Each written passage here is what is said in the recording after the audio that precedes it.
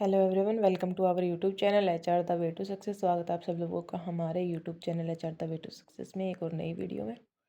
आज की वीडियो को स्टार्ट करते हैं। आज की वीडियो का टॉपिक रहेगा प्रागैतिहासिक काल। ठीक है, प्री हिस्टोरिक पीरियड। तो आज की इस वीडियो में हम ना प्रागैतिहासिक काल के बारे में कि प्रागैतिहासिक काल क्या था और उसमें क्या होता था, और प्रागैतिहासिक काल के क्या क्या तीन चरण जो होते हैं, तीनों चरणों के बारे में हम डिस्कस करेंगे इस वीडियो में।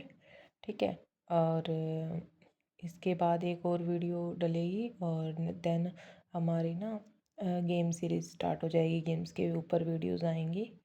ठीक है, ओके। तो वीडियोस को ना स्किप करे बिना एंड तक ज़रूर देखें। ठीक है, लास्ट में मैं आपको बताऊंगी कि कौन कौन से गेम्स के बारे में हम डिस्कस करेंगे। तो आइए वीडियो को स्टार्ट करते हैं। प्रागैतिहासिक काल वह है जब मानव का अस्तित्व तो था लेकिन लेखन कला का आविष्कार नहीं हुआ था। तो प्रागैतिहासिक काल कौन सा है? प्रागैतिहासिक काल वह काल है जब मानव अस्तित्व में तो था लेकिन लेखन कला का आविष्कार बिल्कुल नहीं था। इस काल की जानकारी हमें पुरातात्विक स्रोतों जैसे पत्थर के औजारों, गुफाओं, चित्रों और अन्य अवशेषों से मिलती है। तो जाहिर सी बात है कि जब लेखन कला थी ही नहीं तो लिखा हुआ तो हमें कुछ मिला नहीं है। तो हमें इस काल की जानकारी कैसे प्राप्त हुई? इस काल की जानकारी हमें पुरातात्विक स्रोतों जैसे कि पत्थर के औजार हो गए, गुफा हो गई, चित्र हो गए और अन्य अवशेषों से मिलती है। और प्रागैतिहासिक काल को पाषाण युग भी कहा जाता है क्योंकि इसमें पत्थर के औजारों का प्रमुखता से उपयोग होता था। पर मतलब मुख्य रूप से ना औजार जो होते थे वो पत्थर से बने हुए होते थे। ठीक है, तो इसको जो प्रागैतिहासिक काल है उसको पाषाण युग भी कहा जाता है। और इसे मुख्य रूप से तीन भागों में बांटा गया है, यानी कि इसके तीन चरण हैं। जो मैंने आपको बताया था ना कि तीनों चरणों के बारे में हम जानकारी डिस्कस करेंगे। तो पुरापाषाण काल, मध्यपाषाण काल और नवपाषाण काल। ठीक है, इनके बारे में हम अभी डिस्कस करेंगे। प्रागैतिहासिक काल की अवधि और विशेषताएं। अवधि लेखन प्रणालियों के आविष्कार से पहले का समय, जो लगभग 33 लाख साल पहले से शुरू होकर 3200 ईसा पूर्व तक फैला हुआ है, जब मेसोपोटामिया में लेखन का विकास हुआ था। तो यहाँ पर एक छोटे से ब्रेक के लिए रुकते हैं। मेसोपोटामिया हम सब ने पढ़ी हुई है 12th में भी, 11th-12th में हिस्ट्री में हमने मेसोपोटामिया पढ़ी हुई है। तो मेसोपोटामिया में ना कुछ साइंस होते थे। ठीक है, मतलब यानी कि कुछ मार्क निशान होते थे। तो उनसे कोई जैसे साइन हमने बना दिया और उसका पूरा मीनिंग निकलता था, तो वहाँ से ना लेखन कला का आविष्कार हुआ है। पूरी तो वहाँ पे भी नहीं, मतलब ऐसा डीपली तो नहीं लिखा होता था कहीं पे भी, लेकिन जो है निशान होते थे, मार्क बने हुए होते थे, उनसे वहाँ से लेखन कला का विकास हुआ था। उससे पहले का जो भी युग है ना वो सारा प्रागैतिहासिक काल के अंडर आता है। ओके, तो जानकारी के स्रोत अभी मैंने बता दिया था कि जैसे लेखन कला थी नहीं तो डॉक्यूमेंट्स होते ही नहीं थे, लिखित दस्तावेज कोई था ही नहीं। तो इस काल की जानकारी हमें पुरातात्विक साक्ष्यों से मिलती है, यानी कि पुरातात्विक जो है स्रोतों से मिलती है। जैसे कि गुफाओं में बनाए गए चित्र और औजार, गुफाओं में चित्र बनाए हुए थे पत्थरों पर और औजार, उनसे ही हमें प्रागैतिहासिक काल के बारे में जानकारी मिलती है क्योंकि उस समय लेखन कला तो थी ही नहीं। मुख्य विशेषताएं। मानव का विकास और औजारों का उपयोग। ठीक है, प्रागैतिहासिक काल में मानव का विकास हुआ है और औजारों का उपयोग करने लगे हैं।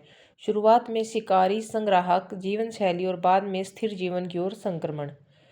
स्टार्टिंग में जो मानव का विकास हुआ वो शिकारी के रूप में था, शिकारी संग्राहक के रूप में था जीवन शैली, और फिर उसके बाद ना स्थिर जीवन की ओर उनका संक्रमण हो गया।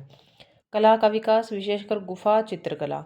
और प्रागैतिहासिक काल में ना कला का विकास हुआ है कि गुफाओं में ना पत्थरों पर चित्रकला की गई है, चित्रकारी की गई है, नक्काशी की गई है। ठीक है, तो प्रागैतिहासिक काल के प्रमुख चरण, तीन चरण मैंने आपको बताए थे अभी, पुरापाषाण काल, मध्यपाषाण काल और नवपाषाण काल।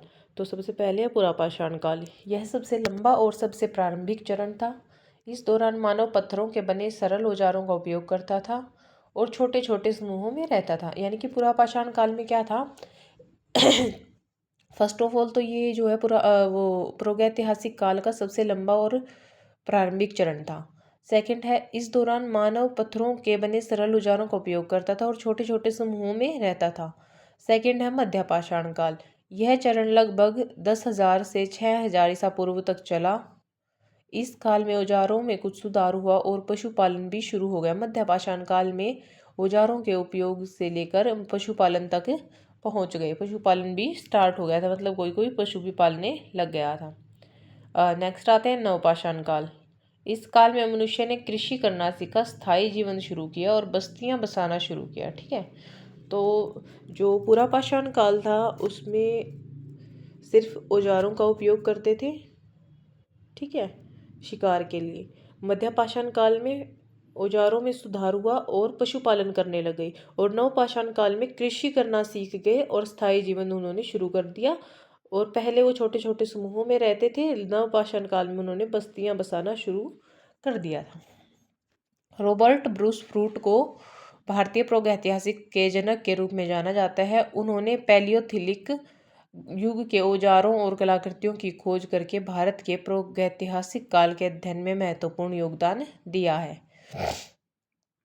ठीक है, जो रॉबर्ट ब्रूस फ्रूट थे वो प्रागैतिहासिक काल के जनक माने जाते थे, क्योंकि उन्होंने पैलियोलिथिक युग के औजारों और कलाकृतियों की खोज करके भारत के प्रागैतिहासिक काल के अध्ययन में योगदान दिया है। प्रागैतिहासिक समाजों में ये कार्य महत्वपूर्ण थे, क्योंकि ये सांस्कृतिक विश्वासों को सुदृढ़ करने, ईश्वर से संवाद को सुगम बनाने और महत्वपूर्ण जीवन की घटनाओं या परिवर्तनों को चिन्हित करने में सहायक थे। नेक्स्ट आ जाते हैं पुरातात्विक उत्खनन। प्रागैतिहासिक काल की जानकारी का प्राथमिक स्रोत है। पृथ्वी की परतों में खुदाई करके पुरातात्विक ऐसी कलाकृतियों और अवशेष खोजते हैं जो प्राचीन मानव गतिविधियों पर प्रकाश डालते हैं। महत्वपूर्ण स्थल और निष्कर्ष। मेहरगढ़ पाकिस्तान में लगभग 7,000 ईसा पूर्व के सबसे प्राचीन नवपाषाण स्थलों में से एक है। ठीक है, पुरातात्विक उत्खनन में जो है कि पृथ्वी की परतों में खुदाई करके पुरातत्वविद जैसी कलाकृतियों और अवशेषों को खोजते हैं और मानव गतिविधियों पर प्रकाश डालते हैं। ठीक है, और इनमें महत्वपूर्ण स्थल कौन सा है? मेहरगढ़, जो कि पाकिस्तान में लगभग 7,000 ईसा पूर्व के सबसे प्राचीन नवपाषाण स्थलों में से एक है। प्रागैतिहासिक प्री हिस्टोरिक पीरियड उस समय अवधि को कहा जाता है जब मानव तो अस्तित्व में था, लेकिन लेखन कला का आविष्कार बिल्कुल नहीं हुआ था, इसलिए उस काल का कोई लिखित विवरण उपलब्ध नहीं है। इस काल के इतिहास को जानने के लिए मुख्य रूप से पुरातात्विक साक्ष्यों जैसे पत्थर के औजारों, मिट्टी के बर्तनों, खिलौनों और गुफा चित्रों पर निर्भर रहना पड़ता है। प्रागैतिहासिक काल को मुख्य रूप से पाषाण काल के नाम से जाना जाता है और इसे 3 चरणों में विभाजित किया गया है। ये मैंने आपको भी बता दिया था, थोड़ा सा डीपली भी बता देती हूँ। पुरापाषाण काल, पेलोलिथिक एज, यह सबसे प्रारंभिक काल था जो लगभग 25 लाख वर्ष पूर्व से 12,000 वर्ष पूर्व तक चला। इस काल के मानव शिकारी संग्राहक थे और पत्थरों के अपरिष्कृत औजारों का प्रयोग करते थे। इस दौरान आग का नियंत्रित उपयोग भी सीखा गया था, यानी कि किसी किसी को आग जला पत्थरों से आग जलाना भी आता था। मध्यपाषाण काल में यह काल पुरापाषाण काल के अंत और नवपाषाण काल के प्रारंभ के बीच का संक्रमण काल था, जिसमें औजारों के निर्माण में अधिक परिष्कार देखा गया और पशुपालन भी स्टार्ट हो गया था। नवपाषाण काल, इस काल में कृषि और पशुपालन की शुरुआत हुई, जिसे मानव ने स्थायी बस्तियों में रहना शुरू कर दिया। इसके अलावा कुछ क्षेत्रों में ताम्रपाषाण काल को भी प्रागैतिहासिक काल का हिस्सा माना गया है, जो पाषाण और कांस्य युग के बीच का संक्रमण काल था। नेक्स्ट आते हैं, इस काल के अध्ययन में रॉबर्ट ब्रूस फ्रूट को महत्वपूर्ण योगदान दिया जाता है, जिन्हें भारतीय प्रागैतिहासिक का जनक भी माना गया है। इसके बारे में मैंने आपको पहले भी बता ही दिया था। प्रागैतिहासिक काल प्राचीनतम लेखन प्रणालियों के विकास से पहले के सभी युगों के लिए एक शब्द है। प्रागैतिहासिक काल की सामान्य परिभाषा बताती है कि इतिहास लगभग 3600 ईसा पूर्व शुरू हुआ, जब प्राचीन मेसोपोटामिया वासियों ने लेखन का विकास किया था। प्रागैतिहासिक कला वह कला है जो लेखन प्रणालियों के आविष्कार से पहले के प्रागैतिहासिक युग में मानव द्वारा बनाई गई थी। इसमें गुफा चित्र, छोटी मूर्तियाँ और नक्काशी जैसे विभिन्न रूप शामिल हैं, जो अक्सर जानवरों को दर्शाते थे। यह कला पाषाण युग के विभिन्न चरणों में विकसित हुई, जिसमें पुरापाषाण काल, मध्यपाषाण काल और नवपाषाण काल शामिल है।